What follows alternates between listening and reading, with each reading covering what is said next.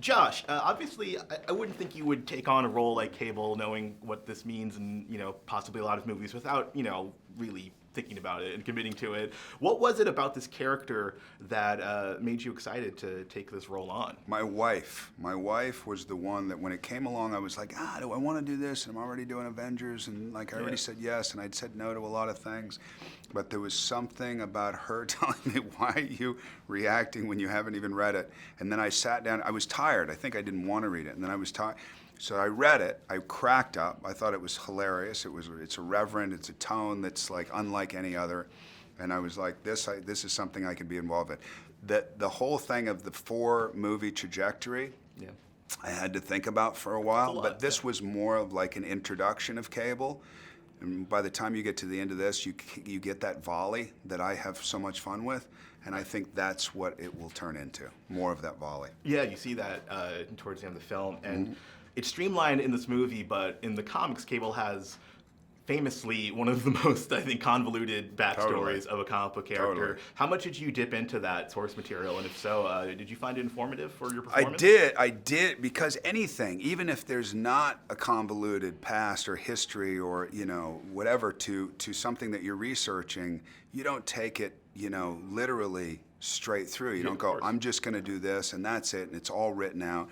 You kind of take pieces of it and you personalize it and you make it yours. So there's something, even though it's convoluted, even though he has so many different looks, like white hair and a beard and no beard and streaks of white, and where that is in the trajectory of who drew it, who was writing it at the time, I felt free to kind of make it my own. So I talked to Rob Liefeld, I talked to, and all that kind of stuff informed the prep to be able to finally show up on set, realize now I have to be totally malleable within all these comedians and all this kind of stuff. I have to try not to laugh. I have to try not to do all that.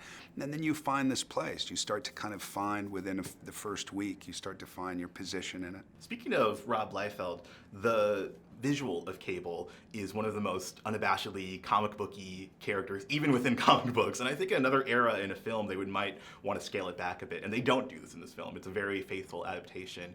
Was that fun for you, playing this character that is, in a lot of ways, very larger than life outwardly? And, It was fun to be able to try to create it physically, because I wasn't in that position when we started, and when they called me, and I had 11 weeks to kind of cosmetically prep for this thing, and it meant a lot to me because I knew that it informed a lot of his humor, a lot of his look, a lot of his reactions, and all that kind of stuff. So yeah, I mean, I had a really, really good time getting it. It wasn't easy. I bet not. But it turned out to be extremely necessary in how it was played. So coming off of Thanos and Cable, are you looking to do just like a palate cleanser, like a indie character base, like a quieter film? Well, we have Sicario 2 coming out next month, which we're going to focus on promoting after this.